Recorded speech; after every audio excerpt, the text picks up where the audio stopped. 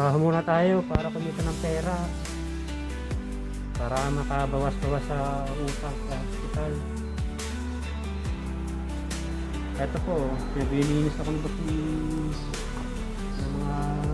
hindi na pisa.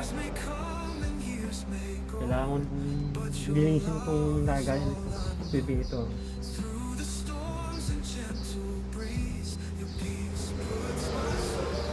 Pipisa ka ng mga manok.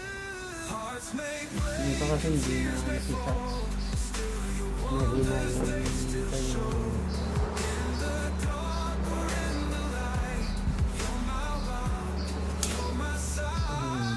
Nakunan ko.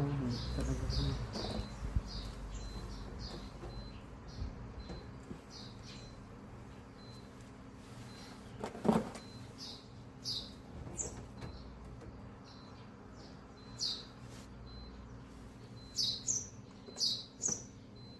Diyan sa mga nagtatrabaho sa seasonal farmer, double ingat po kayo kahit hindi gaano mainit. Hindi kasi pantay-pantay ang ating mga sitwasyon. Depende rin po sa panahon. Hanggang nagkataon lang na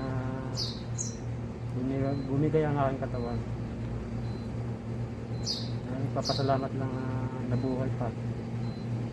Ngayon, nagpapalakas naman ako ngayon. Lagi tayo mag-pray.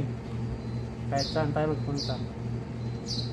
Maraming salamat po sa inyong suporta at pag-alala sa inyo. Thank you.